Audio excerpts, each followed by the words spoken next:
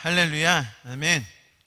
우리 교회가 하나님의 말씀대로 그분의 영광을 찬양하는 그런 교회가 되기를 소망합니다. 할렐루야. 저희가 3주년 맞아서 지난주에도 특별히 마태복음 강의하던 거 잠깐 멈추고 특별 설교를 했었습니다. 오늘도 마찬가지로 동일한 본문으로 다른 주제를 가지고 또 말씀을 나누도록 하겠습니다. 지난주에 나눴던 내용 아마 기억하실지 모르겠네요.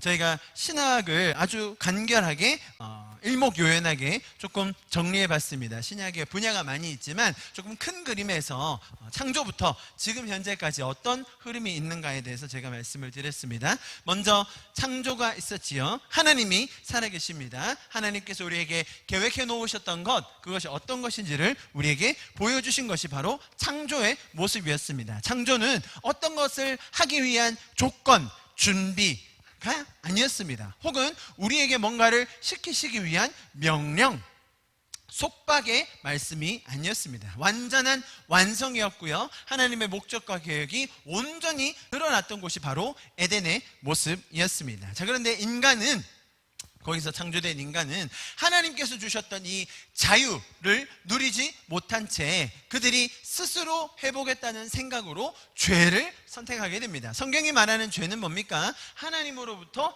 떨어지는 것, 하나님의 법, 하나님의 은혜, 하나님의 원리로부터 벗어나는 것, 내가 혼자 해보겠다고 하는 것, 그것을 죄라고 설명드렸습니다. 여러분 보십시오. 인간이 하나님의 원리 안에서 자유 안에 있을 때 이 안에는 성령의 열매, 그죠? 기쁨의 열매, 희락의 열매, 화평의 열매, 우리가 하나님이 주시는 그 많은 열매들을 맺을 수 있다고 말씀드렸습니다. 그런데 문제는 뭡니까? 죄 안에 있는 이 인간들이 자신들만의 성을 쌓고 있는 거예요. 죄적인 세계관을 만들고 있는 것이죠. 자, 그런데 여기서 더 심각한 문제는 뭐라고 했습니까? 이 죄로 만들어진 세계관, 가치관, 이런 것들이 하나님적 원리들을 공격한다고 설명드렸어요. 이를 대적한다고 하죠. 가만히 있는 것이 아니라 만약에 예를 들어서 하나님을 떠난 인간들이 자기들끼리 정말로 행복하게 아무도 싸우지 않고 서로 사랑하며 행복하게 살았더라. 그러면 하나님이 창조하셨던 거 다 필요 없네요. 그죠?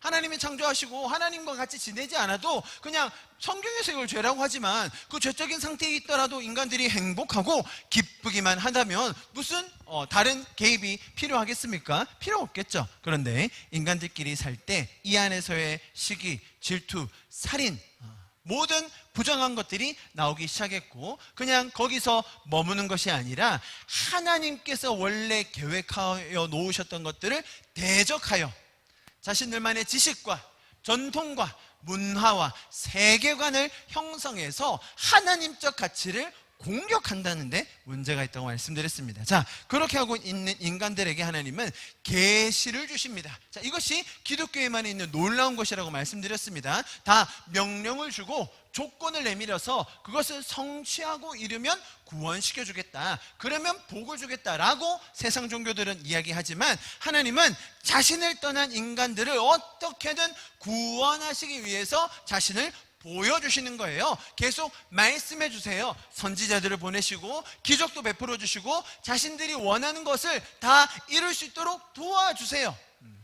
자, 그것이 뭐라고 말씀드렸습니까? 계시라고 말씀드렸죠. 구약에서 또 신약에서 예수 그리스도를 이 땅에 보내심으로 그분의 오심과 죽음과 부활로 이 계시 사건을 완성하셨죠. 자, 거기서 우리가 성도로서 부름받아 구원받은 자들로 성령님과 동행하며 점점 더 그리스도의 장성한 분량까지 자라가는 것, 그것을 성화의 과정이라고 말씀드렸습니다. 단순히 구원으로 모든 것이 다 끝나는 것이 아니었죠. 분명히 우리의 존재는 바뀌었습니다. 우리가 완전히 새로운 존재가 되었지만 새로 태어난 아이들이 건강한 음식을 먹으면서 새로운 문화 안에서 잘 자라야 하는 것처럼 이렇게 죄적인 문화 안에서만 머물러 있던 사람들이 이제는 구원받아 성령과 함께 동행하고 인도하심을 받음으로써 이 구원의 문화, 은혜의 가치관, 하나님의 원리대로 살아갈 수 있게 되는 것입니다. 자, 그것을 하는 곳이 어디라고 말씀드렸습니까?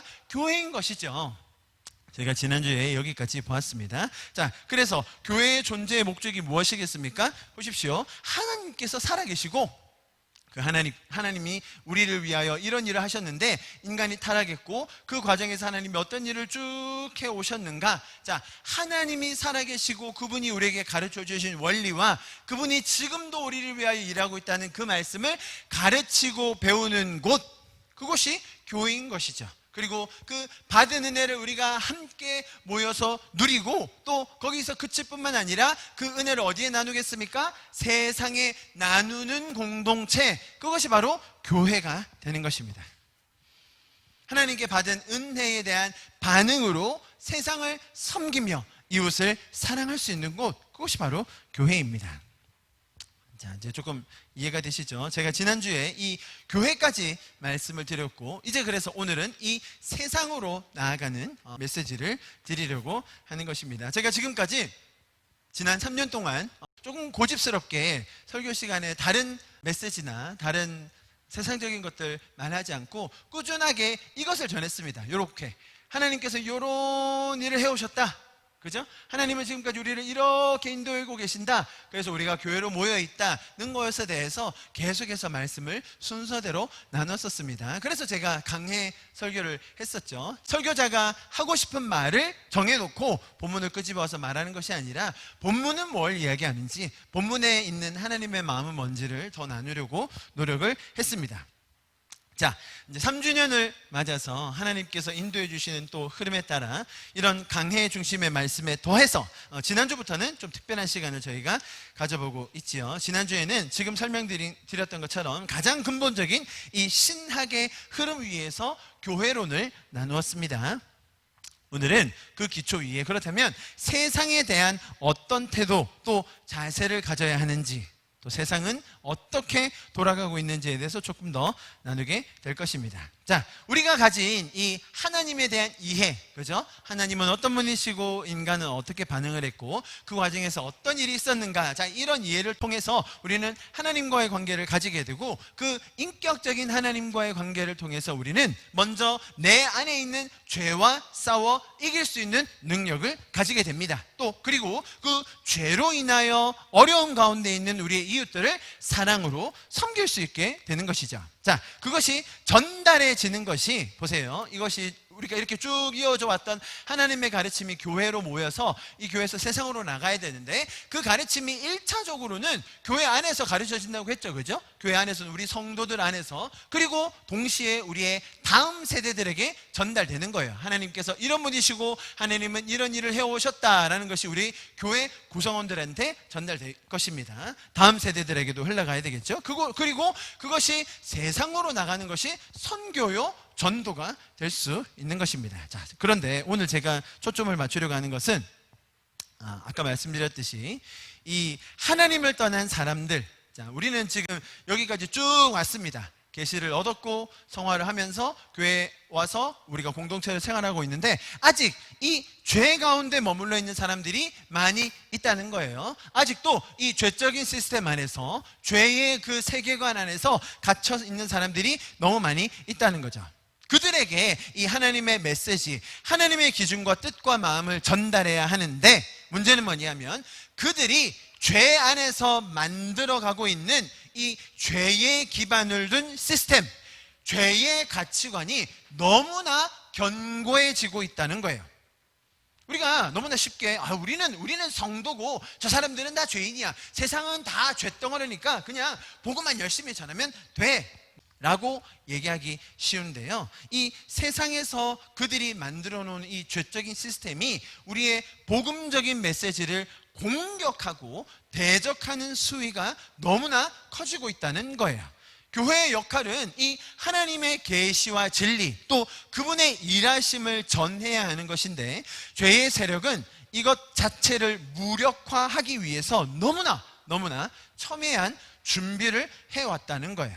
우리가 조금은 안일하게 세상을 단순히 죄덩어리로만 규정하고 그들에게 은혜, 구원, 천국만 전하면 되지 라고 했다가는 복음의 메시지가 그들에게 들리지도 않을 뿐더러 이것을 잘 이해하지 못하는 우리의 다음 세대들에게 에게는 오히려 복음이 잘 전달되지 않는 것뿐만 아니라 역효과까지 날 수 있어요. 왜냐하면 이들은 죄된 세상 속에서 살아가고 있거든요. 그것과 상충되는 복음의 메시지를 이해할 능력이 현저히 떨어지기 때문에 이것을 전하는 것에 우리가 지혜를 모아야 하는 것입니다. 그래서 오늘은 교회가 세상을 대하며 이 은혜와 복음 또 하느님을 전하고 그들을 섬겨야 하는 것을 우리가 알았는데, 그들은 어떤 전략을 쓰고 있으며 또 거기서 나타나는 현상은 어떤 것들이 있는지 대표적인 예를 하나 만들어서 제가 설명하고, 또 우리가 교회로서 가져야 할 성경적 대안과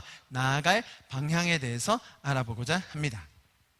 자, 아시겠죠? 오늘은 그래서 지피지기면 백전백승인데요, 우리가 지금까지 우리 하나님에 대해서, 그분의 가르침과 지혜와 교회에 대해서 알았다면, 그렇다면 이 세상에서 집대성하고 있는 죄의 시스템, 죄의 가치관의 그 대표적인 예가 어떤 것이 있는지를 제가 설명드리려고 합니다.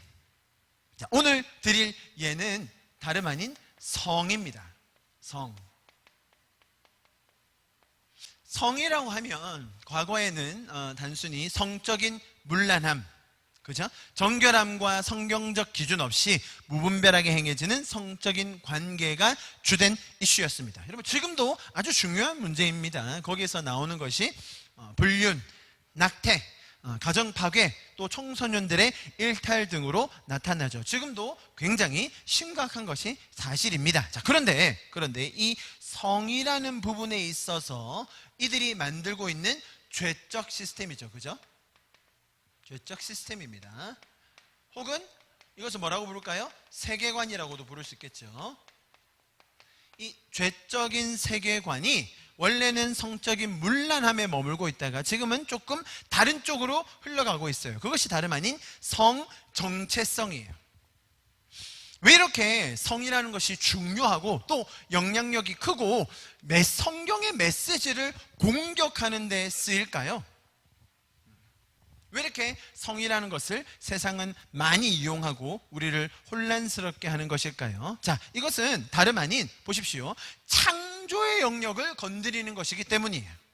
하나님께서 원래 디자인하여 놓으셨던 그 모습을 처음부터 어그러뜨리는 것이죠. 하나님께서 세상을 만드시고 이 땅에 처음으로 두셨던 기관, 공동체는 병원도 아니고요, 학교도 아니고 심지어 교회도 아니었어요. 하나님께서 이 땅에 두신 가장 최초의 공동체의 모습, 가장 근본되는 구성이 뭡니까? 가족이에요. 가족. 가정. 그 가장 작은 그 단위, 가장 소중한 그 단위 안에서의 개념과 정체성을 무너뜨림으로써 애초에 가졌던, 창조에 가졌던 본래 메시지 전체를 부정하게 만드는 효과가 있기 때문에 이 죄적인 시스템 안에서 다른 것이 아니라 이 성에 대해서 건드리고 있다는 겁니다. 이런 흐름, 단순히 성적인 문란함에서 그치는 것이 아니라 성 정체성으로 옮겨가고 있는 이 흐름을 우리가 잘 이해해야 하는데요, 이 성 정체성과 연결하여서 최근에 한국에서는 포괄적 차별금지법이라는 법안이 발의되었습니다. 아마 들어보신 분들도 계실 겁니다. 이것으로 인해서 교계 내에서도 논쟁이 굉장히 뜨겁습니다. 그 중에서도 가장 주목을 받고 있는 부분이 다름 아닌 성적 지향, 성 정체성에 대한 부분입니다. 이 말 자체가 나쁘진 않죠. 차별금지법이지 않습니까? 아니, 차별을 하지 말자고 하는데 왜 문제가 됩니까? 라고 의아해하는 분들도 있을 겁니다. 성경만큼 차별을 반대하는 메시지를 주는 것도 없으니까요. 여러분, 성경에서는요, 나이, 신분, 종과 주인, 그죠? 학력, 배운 사람 못 배운 사람, 성별, 인종, 지역, 심지어 종교에 이르기까지 모든 사람에게 차별이 없어야 한다는 것에 대해서 굉장히 심각하게 강조하고 있고, 하나님께서 그 차별을 싫어하신다는 것을 우리는 많이 발견할 수 있습니다. 제가 그것을 다 설명드리지는 않겠습니다만, 자, 그런데 제가 지금 말씀드린 이 법안 안에는 조금 이상한 부분이 첨가되어 있다는 것이 문제입니다. 제가 그 법안을 한번 가져와 봤습니다. 보십시오. 차별금지법안 의안번호 116번이에요. 발의자 이렇게 10명이 있습니다. 6월 29일, 얼마 안 됐죠. 한 달이 채 안 된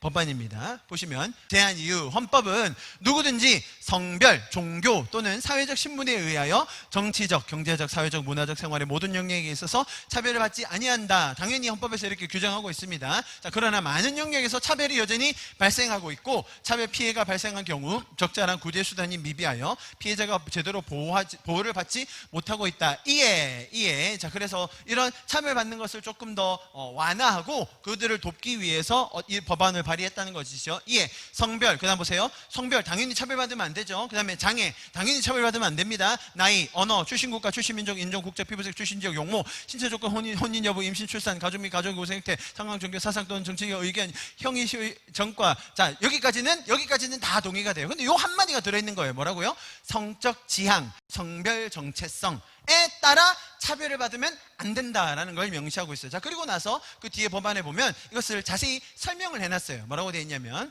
이 법안에서 쓴 단어들의 정의를 이 사람들이 스스로 내려놨습니다. 지금 문제가 되고 있는 그것만 봅시다. 성별이란 성별 자체도 우리가 생각하고 있는 것과 조금 다르게 이야기하기 시작합니다. 여성, 남성 그 외에 분류할 수 없는 성을 말한다. 여성, 남성 외에 분류할 수 없는 성이 뭐가 있죠? 어른들은 아마 좀 감이 안 오시고 여자, 남자 말고 또 뭐가 있나요? 뭐 내시를 말하는 건가? 고자를 말하는 건가? 뭐 그 정도로밖에 어른들은 생각 못 하실 거예요. 밑에 적혀져 있습니다. 보시면 장애 당연히 차별하면 안 되죠. 출신 지역 차별하면 안 됩니다. 자, 그런데 4번 보세요. 성적 지향이란 뭐라고요? 이성애가 지금 우리가 하는 그런 일반적인 그런 사랑의 모습입니다. 남자가 여자를 사랑하고 여자가 남자, 이성, 그죠? 그 다음에 동성애는 이제 많이 들어보셨을 겁니다. 남자끼리, 여자끼리. 그 다음에 양성은 뭐예요? 나는 남자, 여자 둘 다 좋아. 아무나 다 해도 괜찮아. 그 다음에 등, 감정적, 호의적, 성적으로 깊이 이끌릴 수 있고 친밀한 성적인 관계를 맺거나 맺지 않을 수 있는 개인의 가능성. 사람들의 성적인 정체성을 모든 것에 열어둘 수 있다라고 설명을 하는 거예요. 거기에 더해 성별 정체성이란 무엇인가? 자신의 성별에 관한 인식 혹은 표현을 말하며 자신이 인지하는 성과, 보세요. 내가 내 자신을 인지하는 성과 타인이 나를 인지하는 성이 일치하거나 대부분 일치하는데 불일치하는 상황을 포함한다. 뭐 예를 들면 이런 거예요. 자, 여러분 제가 저같이 생긴 사람이 있지 않습니까? 머리 이렇게 생겼고 이렇게 덩치 요 정도 되는. 자, 이 사람이 목욕탕에 갔어요. 돈을 냈어요. 뭐 7,000원 냈습니다. 자, 이거 뭐 탕에 들어갈 거야 되잖아요. 당연히 저는 이쪽으로 갈 거라고 생각했는데 여탕으로 들어가.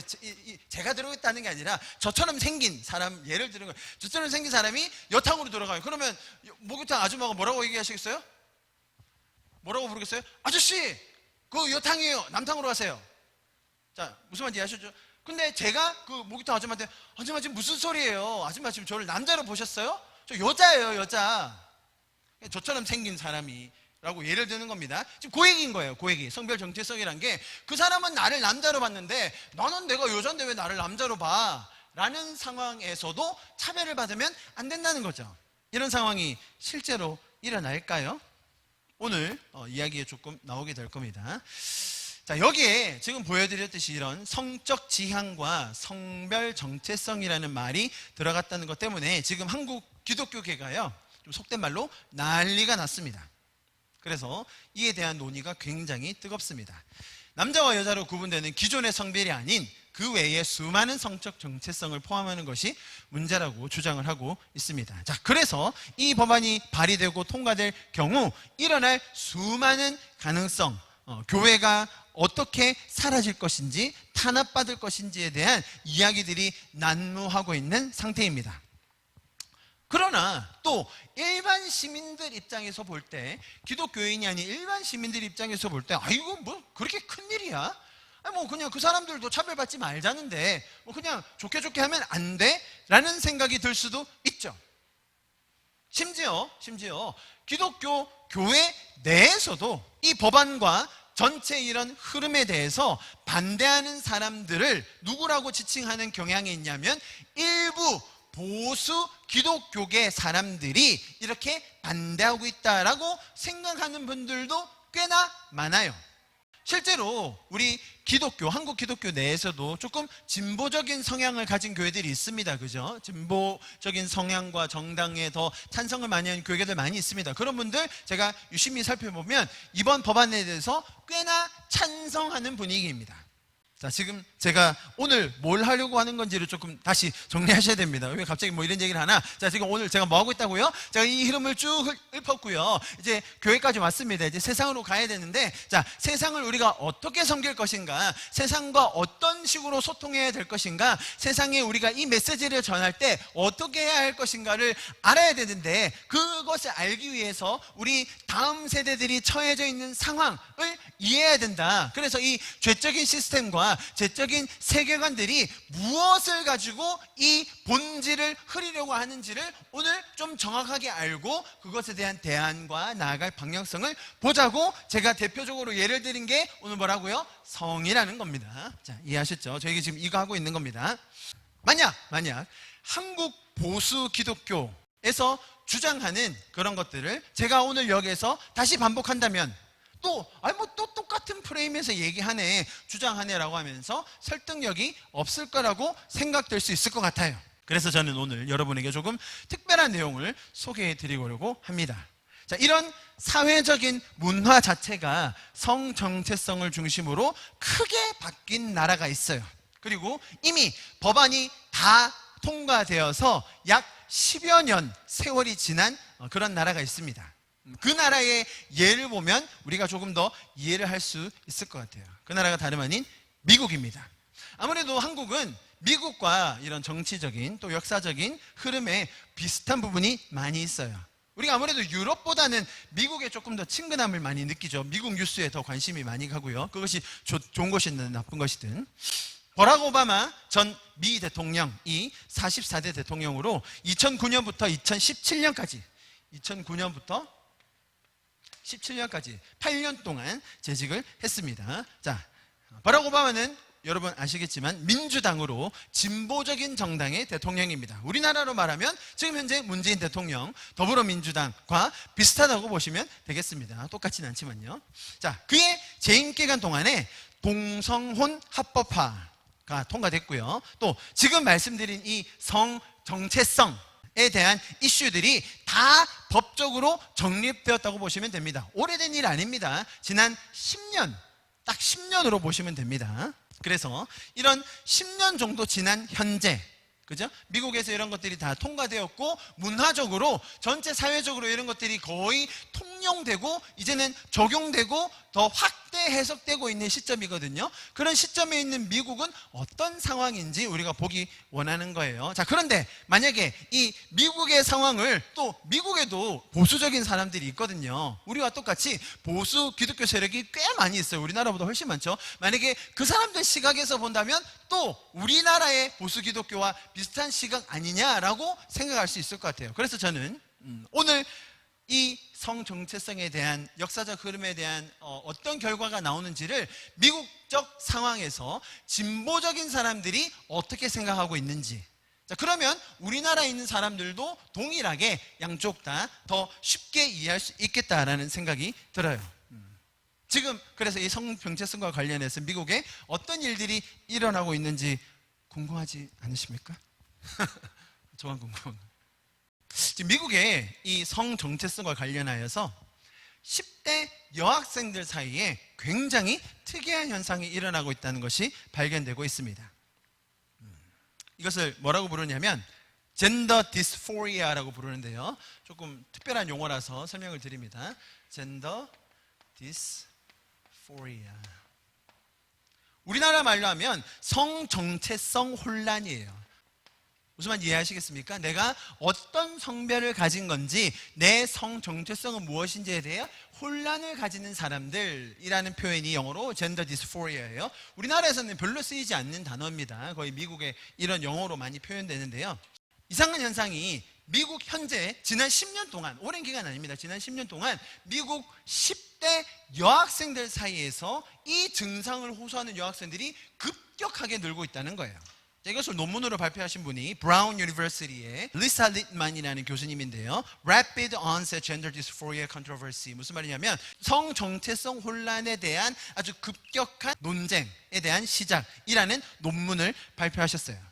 그리고 지난달에 또 어떤 책이 나왔냐면 Irreversible Damage라는 책이 나왔습니다. 이 책을 쓴 저자는 에비게일 슈라이어이라는 사람인데요. 월스트리트 저널의 기자이고요. 이 사람도 굉장히 진보적인 기자입니다. 돌이킬 수 없는 상처라는 제목으로 이런 그림과 함께 책을 냈습니다. 저는 오늘 전달해드릴 이 미국의 상황과 내용을 이 내용에 근거하여 여러분에게 전해드리려고 합니다. 이것 말고도 아주 진보적인 패널들, 또 진보적인 성향에 있는 사람들이 지금 이 문제에 대하여 했던 인터뷰들, 또 논문, 책자들을 제가 참고해서 여러분에게 전달해 드리려고 합니다. 자, 이상한 현상이 일어나고 있는데 그게 뭐냐면 성정체성 혼란이라는 것은 예전부터 있어 왔습니다, 여러분. 예전부터 한 100여 년의 역사가 있어요. 이것을 규명하고 어떤 증상이 있고 어떻게 치료하면 되는지에 대해서 100여 년 정도의 데이터가 이미 축적이 돼 있어요. 그래서 이런 증상을 가진 사람들이 미국 전체 인구의 얼마 정도 되냐라고 하면 0.01% 정도 된다고 해요. 10,000명 중에 1명. 그러니까 학교 다닐 때 이런 사람 1명 만나는 일 아주 드물죠.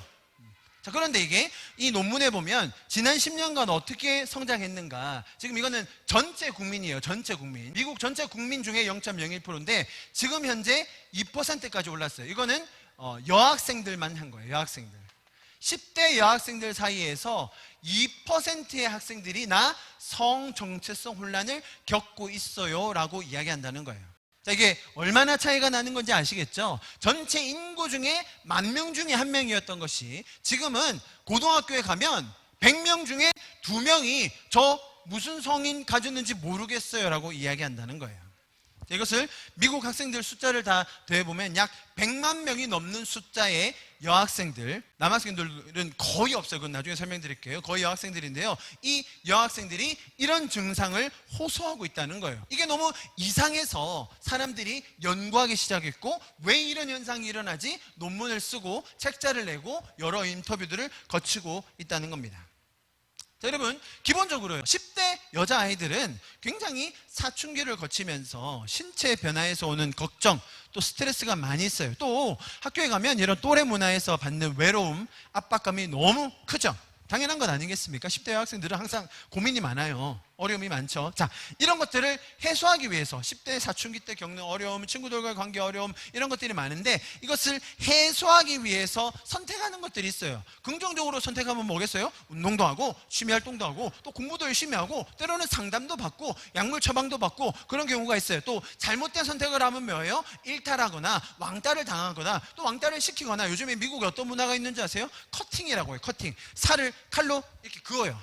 자살하려고 하는 게 아니라 그냥 이렇게 살을 그어요. 피가 보이도록, 찢어지도록. 자해하는 거예요. 자해. 그게 마치 유행처럼 번지고 있고, 그 다음에 또 많이 나타나는 현상 중에 하나가 거식증, 대식증. 들어보셨죠? 그냥 계속 마르기 위해서 안 먹는다든지 또 반대로 계속 먹는다든지 하는 이런 두 가지 현상이 나타날 수 있어요. 누구에게나 다 있겠죠. 가장 또 긍정적인 면 중에 하나는 교회에서 종교적인 시설 안에서 그들이 정체성을 찾고 다시 한번 인생의 의미와 목적을 발견하는 것, 너무 좋은 것 아니겠습니까? 자, 그런데 이런 현상을 해소하는 새로운 방법이 유행처럼 번지고 있다는 거예요.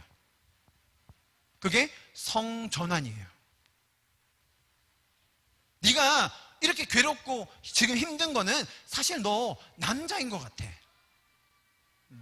알고 보면 네가 남자이지 않았을까? 너 남자로 전환하면 인생이 더 행복해지지 않을까? 라는 것이 지금 현재 미국 10대 여학생들 사이에서 유행처럼 우후죽순 일어나고 있다는 거예요. 인터넷 혹은 유튜브, 소셜미디어, 우리로 말하면 SNS죠. 이런 인터넷 공간에서 자기 성을 전환해서 유명해지고, 또 이런 것들이 유명해지면 돈을 많이 벌지 않습니까? 돈을 많이 번 사람들의 영향을 이들이 고스란히 받고 있는 거예요. 그러니까 처음에는 남자처럼 보이려고 조금씩 시도를 해요. 아, 그런가? 나도 남자가 되면 남자처럼 살면 내가 이런 힘든 거, 괴로운 것들이 없어질 수 있나? 그래서 애들이 처음에는 가슴에 두꺼운 천을 두릅니다. 그래서 남자처럼 보이려고 해요. 머리를 짧게 자르고요. 자, 그러면 당연히 건강에 안 좋죠. 가슴 형성에 방해가 되고 호흡 장애, 내장 기관에도 영향을 줍니다. 자, 그러다가 결정적으로 사실은 그러면 나는 여자가 아니었고 남자다.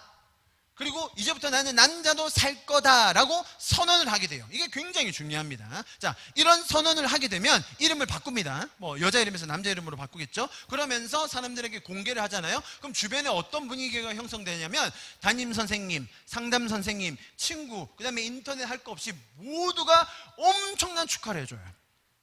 와, 진짜 네가 남자였다. 맞아, 우리가 보니까 너 남자가 맞는 것 같아. 대단한 결정했다. 너 용감하다라고 하면서 엄청나게 축하 세워줍니다.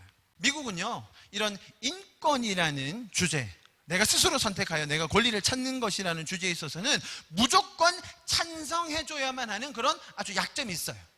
이것에 대해서 반대하거나 이것을 제지하면 뭔가 인권을 중시하지 않는다는 분위기가 형성되어 있기 때문에 이런 결정을 한 여학생들에 대해서 모두가 축하해주는 분위기가 돼요. 여러분, 10대들이 이런 칭찬을 받는 것, 이런 인정을 받는 것을 주변에서 볼 때 어떤 영향을 받겠냐는 거예요.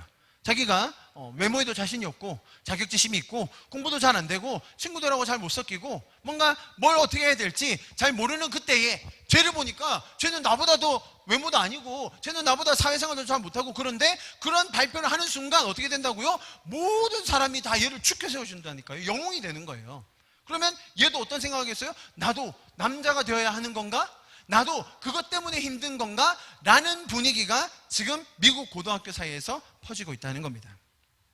10대들은요, 주변 사람들의 칭찬, 격려받는 모습에 너무나 큰 영향을 받고, 또 부모님과 보내는 시간은 너무 적지만 친구들과 보내는 그 절대적인 시간 뿐만 아니라 집에 돌아와서 소셜미디어를 통해서 계속 노출되는 것이 이런 것이기 때문에 스스로 이것을 분별하고 선택할 수 있는 능력이 굉장히 떨어진다는 거예요. 자, 지금 나타나고 있는 현상을 조금 설명드렸습니다. 자, 그리고 나서 얘네들이 찾아가는 기관이 있어요. 찾아가는 기관. 거기가 어디냐면 아주 대표적인 기관이 있는데요. Planned Parenthood라는 기관이 있어요. 자, 이것이 뭐 하는 단체냐면 여기는 낙태시켜주고요, 성교육시켜주고 성병, 피임 등을 가르치고 행하는 기관이에요. 낙태 굉장히 잘 시켜줍니다. 여기 가면 개월수 상관없이 어디 가면 낙태 무료로 받을 수 있는지 다 알려줍니다. 굉장히 유명해요. 이번에 미국 정부에서도 교회들은 다 문을 닫았는데 여기는 안 닫았다고 하더라고요. 자, 이 기관에 가서 여학생들이 저 남자인 것 같아요 라고 이야기하잖아요. 그럼 바로 각서를 쓰게 해요. 성포기 각서. 자, 그것만 딱 쓰면 그 다음부터는 일사천리예요. 자가 진단을 한 거예요. 의사나 상담가를 찾아서 상담을 받은 게 아닙니다. 자가 진단을 함과 동시에 바로 부모님 동의 없이 남성 호르몬을 투약할 수가 있어요. 이 기관에서 처방을 바로 해줍니다. 그날 바로 처방을 받을 수 있도록, 투약할 수 있도록 바로 해줍니다. 심지어 가슴 제거술도 부모님 동의 없이 바로 받을 수 있어요. 오레곤주에서는 15살부터 가능합니다. 중2예요, 여러분. 중2애가 친구들 보니까 나도 저렇게 하면 좋을 것 같아. 여기 찾아가잖아요. 너무 환영해줘요. 영웅 시대입니다. 저 남자인 것 같아요. 그래? 야, 이거 하나만 써라. 그리고 바로 병원 찾아가잖아요. 무조건 수술 받을 수 있어요. 2016년에서 2017년 한 해 동안 여성 성전환 수술의 횟수가 4배 증가했습니다. 사실 이거보다 훨씬 더 많다고 이야기해요. 왜냐하면 미국은 의료 시스템이 중앙 집권적이지 않거든요. 각각 따로 있고 또 기관에서 이렇게 처방해 주는 것들이 기록으로 남지 않을 수도 있기 때문에 그냥 모든 사람들을 다 한다고 생각하면 이거보다 훨씬 많을 거라고 예상하고 있어요. 제가 지금 하는 얘기는 미국 보수 기독교계 얘기가 아니라 지금 이 진보적인 성향을 가진 이 기자들, 교수들, 이 현상이 이상하다라고 하면서 조사한 것이라고 제가 설명드렸죠.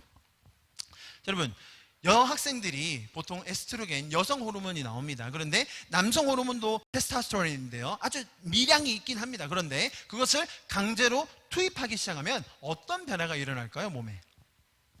처음에는요, 아주 큰 희열이 있대요. 마약 같대요. 첫 번째, 극도의 행복감 희열이 생겨요. 유포리아라고 합니다. 그 다음, 근심, 불안, 걱정 등의 감정이 억제돼요. 그리고 셋째, 생리를 안 해요.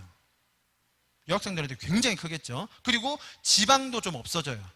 남성보다 여성이 지방이 좀 많잖아요. 보통 가슴이나 하부에도요. 그러니까 지방도 없어지고. 그래서 사춘기에 일어나는 이런 2차 성징에서 오는 스트레스가 다 제거된다고 생각해요. 그렇잖아요. 걱정했던 것이 그런 사춘기에서 오는 육체적인 변화와 친구들과의 관계와 이런 것들에서 스트레스, 외로움이 많았는데 근심 걱정이 없어지고 갑자기 기뻐지는 거예요. 그러니까 이것만큼 복음이 없는 거예요. 성전환하는 사람들이 야, 테스토스테론 T라고 불러요. T 최고야. 진짜 이거 맞으면 다 해결돼 라고 하면서 선전을 엄청나게 한다는 거예요. 인플루언서라고 하죠. 그죠? 특별히 공인은 아니지만 아주 인기를 끌면서 뭐 수십만, 수백만 팔로워를 가지고 있는 그런 소셜미디어의 사람들이 야, 그거 한 방 맞으면 진짜 괜찮아져 라고만 이야기한다는 거예요. 그래서 이렇게 성전환 시도를 선택하는 친구들이 친구들 사이에서도 더 용감하게 대우를 받고 더 스타로 오르게 되는 것이죠. 문제는 남성 호르몬에서 오는 부작용은 아무도 말해주지 않아요. 심혈관 질환이 급격하게 올라가고요. 아주 높은 심장마비 확률이 생깁니다. 또 온몸에 남성처럼 털이 나기 시작하죠. 굉장히 당황스러워합니다. 근데 이게 여러분 호르몬 한 번 맞는다는 게 뭐 한 번 맞고 돌아가면 되지 라고 주장하는 사람들이 있어요. 자, 이 사람들을 기억하셔야 됩니다. 이게 굉장히 중요한 사람들인데요. 우리나라 말로 조금 애매해요. 액티비스트라는 사람들이에요. 우리나라 말로 하면 사회 활동가, 사회 운동가라고 이렇게 번역할 수 있는데요. 전혀 그런 뜻이 아니고요. 이 사람들이 누구냐면 아주 이 흐름, 이 정체성 혼란, 이 모든 것에 가장 핵심적인 역할을 하는 사람들이에요. 그러니까 무슨 말이냐? 가장 극단주의자들이에요. 극단주의자들인데 사상만 극단적인 게 아니라 모든 행동을 다 책임지고 이끌어가고 교육을 만들고 실행하고 있는 사람들, 요 그룹들이 있다는 거예요. 이 진보적인 학자들과 기자들이 찾아보니까 이 사람들이 있다는 거예요. 이 사람들이. 왜 지금 이렇게까지 가고 있나? 이 사람들이 모든 교육을 만들고 이 사람들이 이런 제도를 만들고 법을 통과시키고 아까 말씀드린 이런 플랜드 페런트후드에서 그런 시술, 그런 처방을 다 받을 수 있도록 모든 것을 운행하고 있는 주체들이 있다는 거죠. 이 사람들의 주장은 남성 호르몬 일단 맞아봐. 맞고 나서 뭐 후회된다? 걱정된다? 안 해도 돼. 그러면 돌아갈 거야 라고 주장한다는 거예요. 제가 말씀드렸죠. 지금 이런 현상이 일어난 게 몇 년 됐다고요? 10년밖에 안 됐어요. 10년. 법이 정해지고 문화가 바뀌고 딱 10년 됐기 때문에 남성 호르몬을 장기적으로 맞았을 때 여성들이 생기게 되는 부작용에 대한 연구가 아직 없어요. 많이 없어. 10년밖에 안 됐거든요. 한 30년쯤 되면 임상 결과가 많이 쌓여서 이런 경우는 이렇게 됩니다. 이런 경우는 저렇게 됩니다 라고 얘기할 수 있는데 이제 그게 쌓이고 있는 단계라서 아직 몰라요. 모름에도 불구하고 이 사람들은 무조건 돌아갈 수 있다는 거예요. 그럼 호르몬이 그렇게 쉬운 게 아닙니다. 남성이 받아야 될 호르몬, 여성이 받아야 될 호르몬을 바꿔서 하면 그게 단순히 몸이 조금 바뀌는 게 아니라 내 정신부터 세포 모든 곳에 영향을 끼치게 되어 있어요. 자, 이렇게 T를 맞으면 여학생들이 보통 10대 후반에 자궁경련이 와요. 자, 그러다가 결국은 20대 초반쯤에 자궁절제술을 받게 돼요. 그렇게 자궁절제술을 받고 나서 수술실에서 마취가 깨고 생각을 한다고 합니다. 이렇게 얘기하더라고요. 내가 지금 무슨 짓을 한 거지? 처음부터 내가 잘못 선택한 것 아닌가? 라는 후회를 한다는 거예요. 보십시오. 이전에 왜 했다고요? 외롭고 힘들고 상처가 많고 적응 못해서 시작한 일인데 지금 상태는 어때요? 정신적으로 더 혼란하고 더 큰 정체성 혼란에 더 사회생활을 못하고 여러분 가족에서 끊어지는 경우 많습니다. 나중에 처음에는 친구들이 칭찬해 주죠. 모습이 변하고 그 정착 못하면요 또 왕따가 돼요. 그래서 다시 돌아가려고 하는 친구들도 많이 있는데 어딜 가도 적응을 못하는 거예요. 여러분 자궁을 절제했습니다. 평생 성적 만족감 못 느끼는 건 당연하고요. 임신도 할 수 없어요. 무슨 말이냐면 아까 그 책에서 말한 대로 되돌릴 수 없는, 돌이킬 수 없는 상처를 받게 되는 거예요. 자, 이것이 지금 10대들 사이에서 유행 그리고 전염되고 심지어 장려되고 있는 현실이라는 거예요.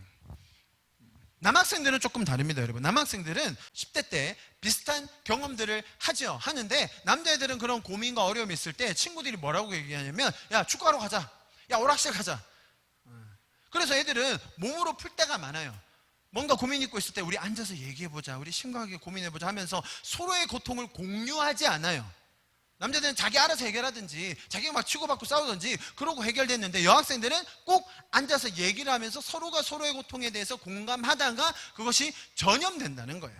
그래서 절대 다수의 아이들, 이 2% 안에 다 여자라는 거예요. 여러분, 원래 이 성정체성 혼란은 지난 100년 동안 조사해 본 결과 인구의 0.01%가 있다고 했잖아요. 자, 미국 의사들은 이걸 어떻게 이제 정리하고 있냐면 2세부터 4세 사이에 이게 드러난다고 얘기해요. 요거는 대부분 남자애들이에요. 엄마 나 남자 아니야, 난 여자야 하면서 자기 성기를 막 때린다든지, 그리고 맨날 여자 옷 입는다든지, 여자들이랑 노는 애들이 있어요. 자, 2살부터 4살 중에 10,000명 중에 1명이 있는 거예요. 얘네들이 계속 그렇게 지속적으로 강하게 끝까지 하면 이게 성체성 혼란이다라고 하면서 나중에 트랜스젠더를 해주는 경우가 있어요. 10,000명 중에 1명. 의사들이 그렇게 처방을 해줘요. 옛날에는 그랬다는 거예요. 그런데 사실은 이 0.01% 중에 이 아이들도 가만히 놔두면 없어지는 경우가 대부분이에요.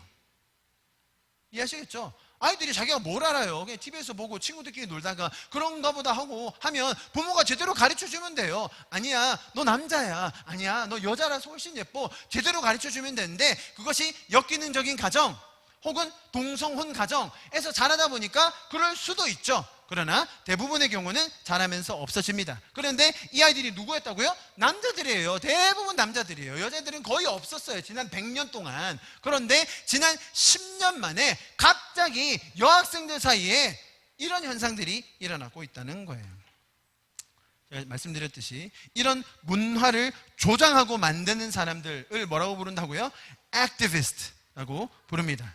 이 사람들은요, 일반적인 진보적인 성향, 진보적인 이념을 가진 그런 정상적인 사람들이 아니에요. 굉장히 의도적으로 이것을 계획하고 조직하고 입법하고 실행하고 있는 그룹들이에요.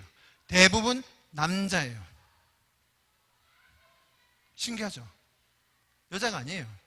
이 사람들이 딱 보다가요, 이 여학생들이 전환하기로 SNS에 올리잖아요. 그러면 막 축하해줘요. 그리고 결국 뭘 요구하는 줄 아세요? 사진 좀 보내볼래? 이래요. 벗은 사진. 제가 한 얘기가 아닙니다. 그 진보적인 학자들 그리고 기자들이 취재한 바가 그렇다는 거예요. 이 액티비스트들이 이런 과정을 통해서, 성전환의 과정을 통해서 여학생들이 진정으로 자아를 찾고 또 행복해진다고 주장해요. 대부분 그렇게 얘기해요. 그것이 지금 사회 통념이 돼 있어요. 있는 그대로 봐주자. 쟤네들이 원래 저걸 원했다. 원래 저랬던 건데 이제서야 발견한 거다. 그래서 이런 과정을 거치면 더 행복해질 거야. 왜? 저게 정체성을 찾는 거니까. 진짜 자기 모습으로 돌아가는 거니까 행복해질 거야 라고 주장한다는 거예요. 이 학자들이 뭐라고 주장하냐면, 만약에 그렇다면 자살률이 줄어야 되는 거 아닙니까? 10대들 안에 자살률이 있거든요. 여학생들이 자살 시도 많이 하죠. 그런데 이런 정체성 혼란을 겪는 애들이 그렇게 성전환을 했을 때, 그렇다면 반대로 자살률은 급격하게 떨어져야 되지 않겠습니까? 반대입니다. 급격하게 올라가요. 성정체성 혼란을 겪고 결국 트랜스젠더까지 된 사람들의 자살률이 거의 50%에 육박해요, 여러분. 이것은 지구 인류상 한 번도 없었던 수치예요. 어떤 인종, 어떤 상황에서도 이렇게 높은 수치는 없었어요. 심지어 나치의 지배를 받는 유대인들이 그렇게 혹독한 삶을 살았음에도 불구하고 도저히 눈으로 볼 수 없는, 도저히 감당할 수 없는 그런 상황에서 스스로 목숨을 끊는 사람들이 꽤나 높이 있었어요. 비교도 안 될 정도로 높은 사람들의 숫자가 자살하고 있는 게 어디라고요? 이 성정체성 혼란을 겪는 이 사람들. 이렇게 얘기하더라고요. 딸을 정말로 우리 아이들이 성정체성 혼란을 겪고 너 트랜스젠더 되라 라고 말하는 순간 걔를 자살할 확률 50% 안으로 떨어뜨리는 거라고. 거의 모든 성전환 청소년들이 행복해하지 않아요. 가족들과 관계가 끊기고 학교에서 중퇴하는 건 다반사고요. 결국 자살에 이르는 경우가 너무나 많이 있어요. 스스로 행복하다고 주장하는 이런 액티비스트들과 인플루언서들이 있어요. 자, 이 사람들은 그렇게 얘기하니까 뭐 그런가 보다라고 생각하고 이 기자가 조사해 보니까 또 객관적으로 조사할 수 있는 부분이 있잖아요. 가족들과 같이 살고 있는가? 친구들과 관계가 잘 있는가? 정기적인 직장은 있는가? 모든 부분에 있어서 전혀 행복하지 않다고 나오는 거예요. 자, 보세요. 진보적인 성향을 가진 사람들이 이미 오랜 시간 동안 이 운동, 자, 이 운동을 또 한 단어만 더 아시면 됩니다. 이제 LGBT 들어보셨죠? LGBT 요즘은 Q까지 붙여야 됩니다. 그리고 플러스 이렇게 해야 됩니다. 이게 뭐냐면요, 레즈비언, 게이, 바이섹슈얼, 트랜스젠더, 퀴어 이렇게 돼 있는데요. 아시겠죠? 이제 여자 동성, 남자 동성, 이건 양성, 트랜스젠더, 이 퀴어는 뭐 이도저도 아니고 많아요. 그래서 플러스라고 하는데 보통 여기서 이제 한 50개 정도 해줍니다. 50개 정도. 성 전체성 50개 정도 있어요. 우리는 2개인데 여기는 50개. 자, 이 진보적인 성향을 가진 특히 부모님들이 지금까지 보세요. 오바마 정권 그리고 지금 미국 전체 분위기가 어떤 분위기라고요? 이거 찬성 안 해? 이거 찬성 안 하면요, 어느 사회도 낄 수가 없는 분위기예요. 지금 현재 미국은. 이거 찬성 안 하면 지금 딱 우리나라처럼 꼴통 기독교인 딱 그렇게 낙인 찍히게 됐어요. 그냥 기독교도 아니고 보수 꼴통 기독교인. 미국 분위기가 그렇습니다. 자, 이 LGBTQ를 찬성해왔던 부모님들, 이런 어린 10대들에게 이렇게 적용이 된 걸 보고 처음에는 그냥 인권인 줄 알고 차별 안 하는 건 줄 알고 그냥 찬성해 왔는데, 이것이 지금 어떤 상황이 됐어요? 내 새끼들이, 내 자녀들이 이런 과정을 갈 수 있어? 라는 걸 들으면서 너무 놀라는 게 현실이라는 거예요. 문제는 지금까지 너무 찬성해 왔기 때문에 어떤 반론을 할 자격, 이론, 책임도 질 수가 없다는 거예요. 이 액티비스트들이요, 이미 이것에 대해서 반론을 제기하는 것에 대한 법적인 방편을 다 만들어 놨어요. 그 대표적인 예가 hate speech예요. 혐오 발언이라고 하는데요, 어떤 현상에 대해서 내가 반대 의사를 밝힐 수 없게 된 거예요. 왜? 이 사람들은 차별받는 사람들이니까, 이 사람들은 억눌려 있는 사람들이니까 이 사람들에서 반대 의견을 제시하는 것은 굉장히 무례한 것이라고, 심지어 법적으로 좋지 않은 것이 이미 미국에서는 다 퍼져 있어요. 그래서 젠더 디스포리아, 이 단어 헤이스피치예요. 조심해야 돼요. 잘못하면 벌금 먹어요. 왜 내가 정체성 혼란이에요? 나는 내 자아를 찾아가는 중인데. 지금 말씀드리는 이 반대 의사라는 것이 보수 진영 혹은 진보 진영 서로가 반대를 못한다, 지금 그런 얘기가 아니라 진보 진영 안에서도, 진보 진영 안에서 내가 지금 이 활동 10년 동안 해온 그 사람들 중에서도 이건 아닌 거 아니에요? 애들한테 이러면 안 되는 거 아니에요? 이 말을 못하게 됐다는 거예요. 여러분, 진보적인 사람들은 기본적으로 서로를 더 수용하고 포용하고 차별 없는 세상을 꿈꿉니다. 너무 좋은 것이죠. 그래서 이렇게 고민을 거듭하며 전환한 사람들에 대해서 격려해 줘야 된다. 그래서 처음부터 아예 이런 동성애와 트랜스젠더와 이런 것들을 다 수용하고 포용하는 것으로 분위기와 문화와 법안까지 다 만들어 온 거예요. 그런데 이렇게 다 동의했던 흐름에 더해서 일어나는 현상에 대해서는 도저히 동의를 할 수 없게 되는 거죠. 자, 지금 이런 반론을 제시 못하는 대표적인 그룹이 있으니 그것이 첫 번째 의사들이고 두 번째가 부모들이에요. 많은 의사들이 아까 말씀드렸던 이 10대 아이들이 여기 찾아가서 처방받아서 어디로 갑니까? 병원으로 가겠죠. 그럼 병원 가면 남성 호르몬을 투약해줘야 되고 혹은 가슴 제거술까지 해줘야 되는 거예요. 양심 있는 의사들은 그것을 거절한다고 해요. 내가 의사 된 게 이런 생물학적인 성을 망치려고 한 거 아니다 라고 거절한 경우도 간혹 있다고 합니다. 그러다가 의사면허 잘려요. 의사면허 박탈당합니다. 그렇게 했다가는. 그런 법이 있어요. Conversion Therapy Law라고 해가지고 얘가 병원에 온 거예요. 저 남성 호르몬 맞으러 왔어요. 왜 그러니? 제가요 뭐 원래 남자인데요 지금 여자로 살고 있어서 이제 맞으려고요. 그렇구나. 그러면 너 혹시 어떤 증상이 있었는데? 제가 학교에서요 뭐 좀 외롭기도 하고 고민도 있었는데 친구들이요 이렇게 이렇게 남자가 되면 좋다고 해서요 제가 이 플랜 페어런트후드 찾아갔더니 이렇게 처방해 줬어요. 그렇구나. 근데 내가 볼 때는 네가 그 전에 좀 우울증 증세도 있는 것 같고 좀 불안 지수가 좀 높은 것 같은데 그 부분에서 먼저 좀 치료해보고 그리고 이쪽으로 가는 거 어떨까? 그 말하면 걸려요. 그러면 의사 자격 박탈이에요.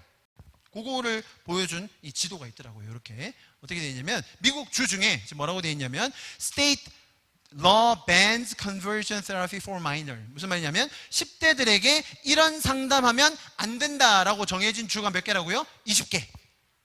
그리고 이제 여기는 부분적으로 하면 안 된다라고 말하는 게 여기는 1개. 그리고 아직 요게 통과 안 된 주도 있어요. 왜냐면 미국 주마다 좀 다르잖아요. 그게 29개. 자, 그러면 이제 플랜드 페어런트에서 만약에 안 되는 주에서 찾아가면 어디로 가라고 하겠어요? 아, 저 주에 가면 다 해줘. 왜? 법으로 통과됐어요. 상담하면 안 돼요. 그런 식으로 상담을 유도하는 것 자체를 악하다고 보는 거예요. 미국에 그래서 이 기자들이 의사들하고 인터뷰를 해보니까 아주 정직하고 자신에 대해서 소신 있게 소명을 가지고 하는 의사분들이 하는 얘기가 마치 지금 내가 소련 연방국에서 진료를 하고 있는 것 같다. 내 자격을 박탈당하지 않으면서 내가 생각하는 의학적 견해를 제시할 수가 없게 되었다. 이 분야에 대해서만입니다. 여러분, 뭐 다른 분야 아니에요. 이 분야에 대해서만은 왜? 이 사람들은 차별받고 있으니까. 왜? 이 사람들은 소수자니까. 왜? 이 사람들은 보호해줘야 되니까. 쓸데없는 소리 하지 말라고. 하라는 대로 다 하게 해주라고 라는 법이 정해져 있다는 거예요. 말씀드렸죠? 지난 10년간의 얘기입니다. 이거 20년 된 얘기 아니에요. 자, 더 심각한 건 뭐겠어요? 부모들이에요. 자, 이 부모들이 이 자녀들이 이렇게 되기까지 자기들도 당연히 다 진보적인 생각을 가지고 이것에 대해서 찬성해왔던 부모님들이에요. 지난 10년 동안 이것에 대해서 서명도 하고 시위도 하고 참석도 하면서 나는 이거 찬성합니다. 다 그래요. 사실은 어떤 주는요 굉장히 진보적인 성향이 강해서 대부분 그런 부모들이 몰려있는 동네가 많이 있어요. 자, 그런 부모들인데 자기 딸이 찾아와서 갑자기 나 이름 바꿨다? 나 이제 남자야. 나 내일 남성 호르몬 맞으러 가. 다음 달에 엄마 나 이제 가슴 제거할 거야. 엄마가 아이를 아는 입장에서는 이것이 단순히 성전환의 문제가 아니라 얘가 지금 10대라서 고민이 있는 건데 얘가 지금 이 성적 때문에 학업 때문에 지금 스트레스를 많이 받아서 그런 건데 너 그거 아니잖아. 야, 이 떼기 그거 무슨 소리야 하면 안 돼. 그 말을 할 수 없는 상황이라는 거죠. 말씀드렸듯이 부모들이랑은 시간 많이 못 보냅니다. 학교에서 인터넷상에서 영향을 받은 이 아이들이 이미 법을 알고 있고 자기가 할 수 있는 말을 알기 때문에 그렇게 진행을 한다는 거죠. 그래서 아까 말씀드렸듯이 가족들과의 관계가 끊어지는 경우가 많다는 거예요. 부모들은 자신들의 자녀의 이 성정체성의 혼란을 해결해 주는 것보다는 오히려 그 말을 했다가 자신이 직장에서 잘릴 것을 두려워해요. 만약에 내가 내 자식에 대해서 성전체성에 대해서 내가 원래 가졌던 신념, 이건 말이 안 되네요. 원래 가졌던 신념이 이거니까 이거라서 할 말은 없지만 내 자식은 아닌 것 같아 라고 해서 만약에 딴지를 걸었다 그게 알려지면요 직장에서 잘려요. 여러분, 지금 이런 극단적인 현상 미국 10대 여학생들 사이에서 일어나고 있는 이런 유행 같은 전염병 같은 이 일 어떻게 시작됐나요? 애초에 처음에 이 LGBTQ를 찬성했던 그 사람들은 사실은 이 액티비스트들이 어떤 계획과 법안에 대한 그 비전을 가지고 실행했는지를 생각하지 않았어요. 왜? 좋은 마음으로 나는 진보적인 성향이 있으니까 이 사람들을 돌봐줘야지, 이 사람들을 챙겨줘야지, 차별이 없어야지 라고 생각하고 지내왔던 것이 지금 이런 결과를 초래하게 되었다는 것이 미국 진보적인 교수님들과 기자들의 이야기라는 거예요. 그 외에 또 다른 현상들이 몇 가지 있는데요. 몇 가지만 소개해 드리겠습니다. 팜스프링 지역에 이제 고등학교에 팀이 있어요. 워터폴로라고 해서 물 안에서 이렇게 하는 게임이 있는데요. 다 같이 이제 팀에서 고등학교 여자 팀이니까 연습을 하고 끝나고 샤워실로 들어갔더니 남자가 우두커니 서 있는 거예요. 남자의 성기를 가진 사람이 옷을 벗고 서 있는 거죠. 여학생들 어떻게 반응했겠어요? 까무러치죠. 근데 그 사람이 주민등록증에 여자예요. 미국은 성전환 수술 하지 않아도 성호르몬 맞지도 않아도 가서 얘기만 하면 성별을 바꿔줘요. 제가 아까 목욕탕 얘기 드렸죠? 그게 농담이 아니고요. 실제로 지금 그런 일들이 많이 일어나고 있어요. 자, 이런 상황이 지속되다 보니까 이제 부모들이 어떤 경각심을 갖게 됐냐면, 우리 애를 어떻게 보호해야 되지? 처음에는 이거 보호하느라고 운동을 해왔는데 이제는 내 자식을 보호할 수가 없는 거예요. 내 자식을 보호할 명목이 없는 거예요. 커네디컷이라는 주 들어보셨죠? 여기서는요, 남자들도 여성으로 전환하고 나면 말씀드렸듯이 그냥 아무것도 안 해도 돼요. 호르몬 뭐 수술 아무것도 안 해도 그냥 여자로 바꾸잖아요. 그럼 바로 여성 경기에 출전이 가능해요. 여러분, 남성인 기본적으로 여성보다 골격이 크고요, 근육량이 많고요, 심장, 폐활량이 더 좋고요, 그 다음에 뼈 밀도도 더 높고요, 골격 구조 자체가 달라요. 그래서 남성이 모든 스포츠에서 여성보다 뛰어날 수밖에 없어요. 세계에서 가장 잘 뛰는 여성 육상 선수 예를 들더라고요. 앨리슨 펠릭스라고 해서 이 여자가 미국에서 제일 잘 뛰는 여자인데, 우리가 육상 경기라고 하면 우사인 볼트 생각하시잖아요. 우사인 볼트가 워낙 메달 많이 땄으니까 그 우사인 볼트보다 메달 훨씬 많이 딴 미국의 독보적인 여자 육상 선수예요. 이 여자 선수의 기록을 비교해보면 미국의 고등학생 중에 이 여자 선수, 세계 최고의 선수보다 잘 뛰는 고등학생 남자가 한 300명쯤 된대요. 남자랑 여자는 운동에서 같이 뛰면 안 돼요. 왜? 하나님이 그렇게 만드셨거든요. 육신을 다르게 만드셨어요. 그런데 나 여자 됐어 라고 하면서 50대 아저씨가 키 190인데 갑자기 여자 대학교에 들어갔어요. 나 여자로 전환했거든. 그리고 여자 농구팀에 들어갔어. 웃기지도 않아요. 그거는 웃기는 정도로 끝나지만 30년 동안 남자로 격투기를 한 사람이 여자로 됐어요. 여자 격투기 경기에 나간 거예요. 그 여자가 두개골이 파쇄됐어요. 대가리가 깨진 거예요. 한 대 맞고. 자기 여자거든. 다 쓸어버리는 거예요. 이제는 여자 선수가 더 이상 운동을 할 수 없는 상황이 돼버렸어요. 지금 운동 스포츠계에서 난리도 아니에요. 전하는 사람들이 와가지고 모든 여성의 기록을 다 갈아치우고 있으니까 스포츠를 할 수가 없는 거예요. 그 사람들은 여자가 됐으니까 여자 경기에 나가서, 내가 지금까지 남자로서는 그냥 평범한 선수였는데 여자 경기에 나가니까 완전 기록을 다 갈아치우면서 모든 명예와 부를 다 거머쥐게 되는 거예요. 자, 이렇게 만들어 놓은 장본인이 누구라고요? 애초에 LGBTQ 플러스를 찬성했던 부모님들, 아주 좋은 마음으로 차별을 금지하면서 이 사람들을 보호해줘야겠다고 생각했던 그런 사람들이 결국은 자신들의 자녀들이 도저히 보호받을 수 없는 상황을 보니 견딜 수가 없게 된 것이 지금 현재 미국 상황이라는 거예요. 그래서 순서가 나뉩니다, 여러분. 순서 무슨 말이냐면, 제일 특권층은 백인 남자예요. 백인 남자, 백남. 이 사람들은요, 이 사람들은 절대 챙겨주면 안 돼요. 이제는 백인 남자는. 그래서 안 챙겨줍니다. 저희 교회 잭 아시죠? 제가 잭한테 물었거든요. 잭은 백인 남자예요, 그죠? 백인 남자, 동성애도 아니고 그냥 백인 양성의 남자는요, 대학교에 들어갈 확률이 굉장히 낮고요, 대학교에서 장학금 받을 확률이 없어요. 모든 장학금을 유색인종에게 먼저 줍니다. 자, 보십시오. 백인 남자는 일단 모든 건 제외. 뭐 어떤 특권도 없어요. 이제부터는 백인 남자 제외. 그 다음에 밑에가 누구겠어요? 이제 흑인 남자겠지. 그 다음 밑에 누구겠어요? 동성애 남자. 그 다음에 밑에가 누구겠어요? 트랜스젠더로 남자로 된 과거의 여자였던 지금 현재 남자. 그래서 얘는 받을 특권 안 되지만 그 다음 순서는 뭐 아무리 흑인 남자라 해도 트랜스 남자 앞에서는 찍소리 못 하는 거죠. 자, 그 다음은 누구겠어요? 백인 여자죠. 백인 여자. 백인 여자도 절대로 잘 대해주면 안 돼요. 그 다음 누구냐? 유색인종 여자, 그 다음에 동성애 여자, 제일 마지막으로 가장 많은 혜택을 받는 게 누구예요? 트랜스젠더 여자인 거예요. 트랜스젠더 여자를 보호하기 위해서는 일반 여자들은 다 까여도 목욕탕에서 나체로 그냥 다 쳐다봐도 아무런 상관이 없게 된 거예요. 왜? 얘가 중요하니까. 얘를 보호해줘야 되니까. 얘한테 특권을 줘야 되니까. 모든 장학금, 모든 혜택 다 받아요. 지금 현재 미국의 얘기입니다. 그런데 누가 피해를 봐요? 지금 자기 딸내미들이 피해를 받는 거예요. 정상적인 자기 딸내미들이. 그거를 제지할 수가 없으니까 우리 이제 어떻게 해야 되냐, 그런 얘기를 하고 있는 게 지금 미국의 현실이라는 거죠. 미국의 교수요, 백인 남자 이제 안 뽑습니다. 없어요, 여러분. 백인 양성의 보수 남자 이런 사람은 이제 대학교에서 없어요, 여러분. 교수를 안 뽑아줘요.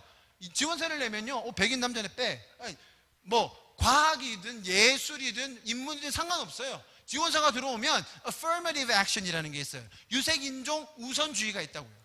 그래서 교수건 장학금이건 교직원이건 절대 안 뽑습니다 이제. 그래서 지금 다 여자 교수가 많아요.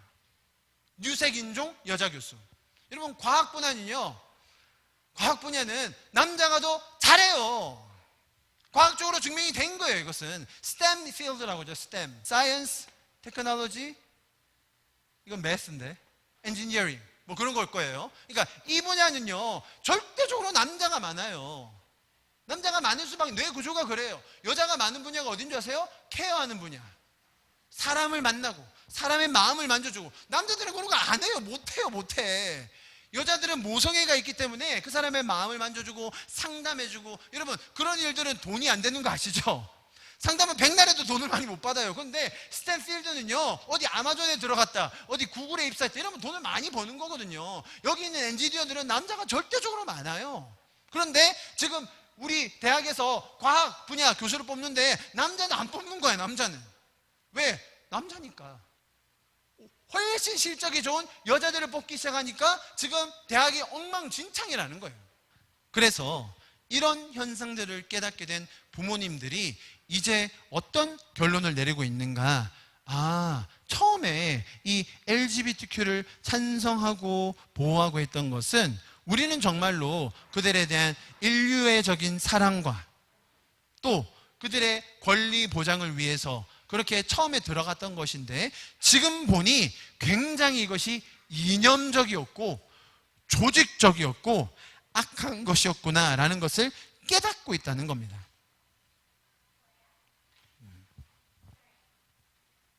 그래서 이것에 대해서 반대를 한다든지 딴지를 거는 사람들은 사회 모든 분야에서 후원이 끊기고, 예를 들면 교수들 같은 경우도 이런 얘기를 한번 하면요, 그 다음부터 프로젝트 못 받아요. 어떤 정부의 지원도 받지 못하게 되어 있어요. 그래서 이 미국에 있는 진보적인 사람들이 이런 결론을 내렸습니다. 우리는 정말로 사랑하는 마음으로 그들을 더 보호하려고, 그들을 더 챙겨주려고 노력했던 것인데, 부작용이 있구나. 그 부작용이라는 것은 이 사람들의 행복을 위해서 다른 사람들이 피해를 받고 있구나. 그런 식으로 결론을 냅니다. 사실 어떤 해결책도 제시하지 못하고 있어요. 마지막으로 교육 분야 하나만 더 보여드릴까요? 이것이 젠더 브레드 퍼슨이라는 건데요, 캘리포니아에서는 유치원부터 이것을 가르치도록 의무화되어 있습니다. 캘리포니아의 공교육을 받는 어린이들은 반드시 이것을 배워야만 합니다. 그럼 보시면 이 그림 자체가 어른들을 대상으로 가르치는 게 아닌 거 보이시죠? 어린아이들을 대상으로 가르치는 겁니다. 자, 보시면 이 한 사람을 구성하는 성이라는 것, 성 정체성을 어떻게 할 수 있는가? 조금 복잡한데요. 이거보다 조금 쉬운 게 젠더 유니콘입니다. 자, 이걸로 설명드릴게요. 젠더 유니콘. 자, 젠더 아이덴티티, 성 정체성. 무슨 말이냐면 내 머릿속에 나는 누구인가? 내 머릿속에 나는 남자인가 여자인가 아니면 다른 성인가, 뭐 다른 성 50개 정도 있다고 말씀드렸죠. 자, 네 머릿속에 생각이 있는데 젠더 익스프레션. 자, 여기 겉모양 보이시죠?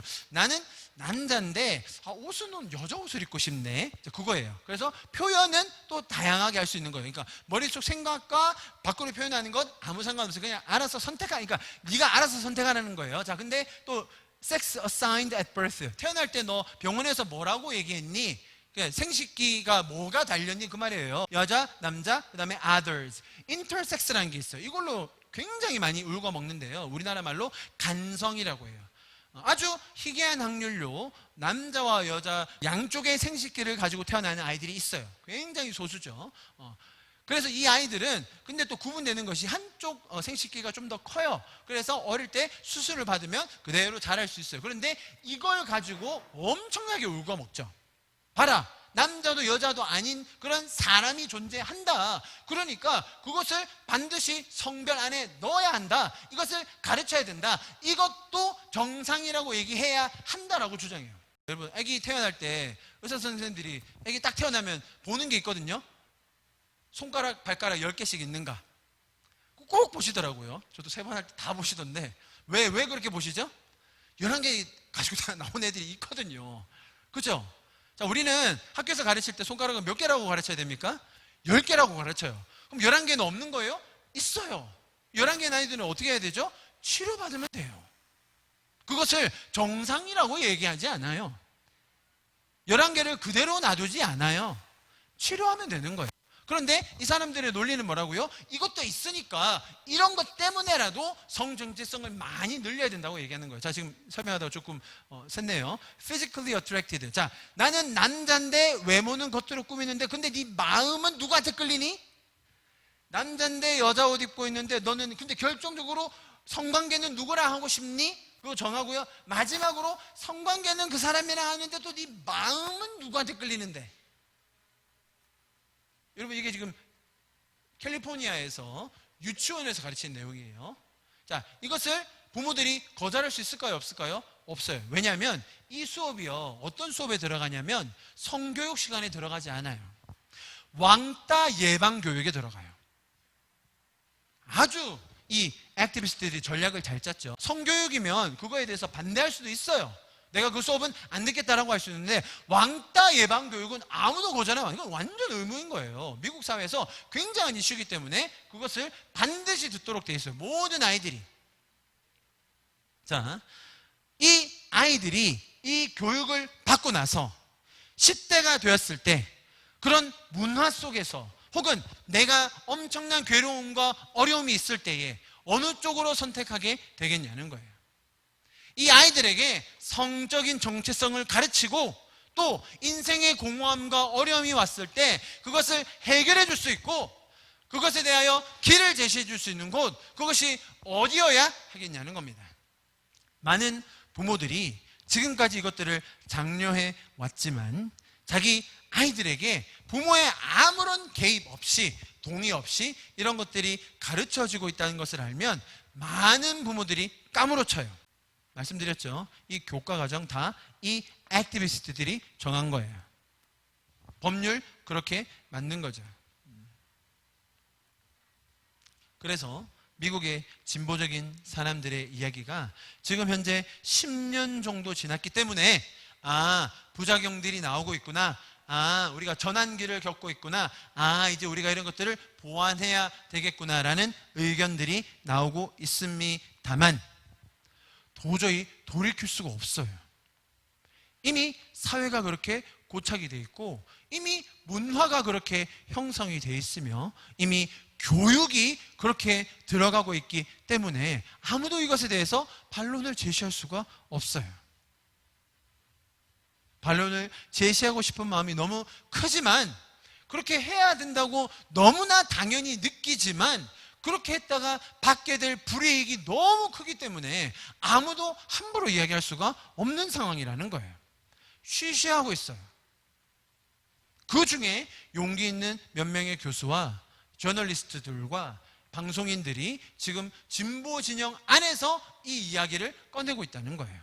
이것이 어디에서 시작되었으며 왜 이런 현상까지 나오게 되었는지에 대해서 우리가 더 알아야 될 것이라고 저는 생각을 하게 되었습니다. 만약에 이것이 단순히 어른들 세대에서 조금 지나가고 끝날 일이라면 저도 이 정도까지 공부 안 했을 것 같아요. 그런데 우리의 자녀들이 겪게 될 일이고 우리가 다음 세대에 가르쳐야 될 내용이라면 이것은 너무나 심각한 것이라고 여겨집니다. 기준 없이 창조의 원형을 거스르기 시작하면 최종적으로는 죄적인 결과를 맞이하게 되어 있어요. 분명히 그 사람들이 좋은 동기로 사랑하는 마음으로 케어하는 마음, 차별하지 않는 마음으로 시작했다고 하지만 하나님의 기준에 벗어난 이 일들이 이런 소수의 세력들의 전략에 의해서 진행되었을 때 맞이하게 되는 결과가 너무나 참혹한 것을 보게 됩니다.